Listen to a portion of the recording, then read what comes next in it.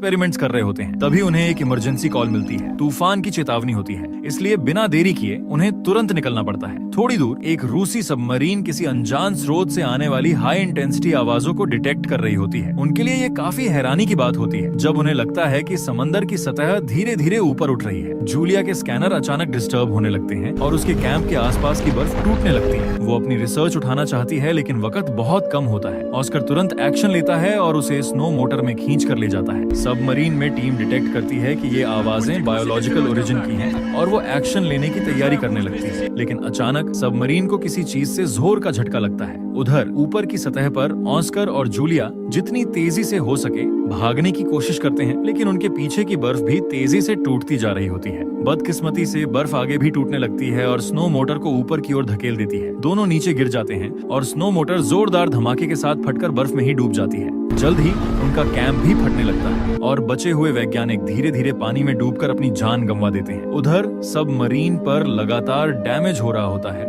सब कुछ हिल रहा होता है और लोग मुश्किल से अपनी सीटों पर टिके होते हैं। काफी संघर्ष के बाद वो आखिरकार फायर करने में कामयाब होते हैं और उसी रोशनी में पानी के अंदर कुछ विशाल टेंटेकल्स नजर आते हैं। एक आदमी शीशे की स्क्रीन से टकराकर दूर जा गिरता है और चोट लगने से बेहोश हो जाता है। एक और अफसर इमरजेंसी बाव को भेजने में कामयाब हो जाता है, ठीक उससे पहले कि सबमरीन पूरी तरह डूब जाए। रूसी मरीन के हेडक्वार्टर्स में जल्द ही उन्हें सबमरीन के अचानक गायब होने की सूचना मिलती है। चूंकि उस सबमरीन में बेहद अहम हथियार मौजूद होते हैं, वो देर नहीं करते। वो तुरंत एक रेस्क्यू टीम भेजते हैं ताकि या तो उन हथियारों को वापस लाया जा सके या फिर जरूरत पड़ने पर उन्हें वहीं तबाह कर दिया जाए। इस मिशन की कमान विक्टर को दी जाती है, जो उस डूबी हुई सबमरीन के कैप्टन का छोटा भाई होता है। उसके परिवार को डर होता है कि कहीं वो भी उसी तरह गायब ना हो जाए। उसकी माँ उसे उसके मर चुके पिता की घड़ी गुड लक के लिए देती है। उसी रात विक्टर डॉक्स पर पहुंचता है और देखता है कि उसके पिता के पुराने दोस्त एडमिरल ओलशेंस्की भी इस मिशन का हिस्सा हैं। फर्स्ट मेट को चिंता होती है कि शायद ओलशेंस्की अब इस काम के लिए कुछ ज्यादा बूढ़े हो चुके हैं। जब विक्टर सबमरीन में आता है तो कई क्रू मेंबर्स शिकायत करते हैं कि उन्हें जबरदस्ती छुट्टियों से बुलाया गया है। उसी दौरान जूलिया और ऑस्कर,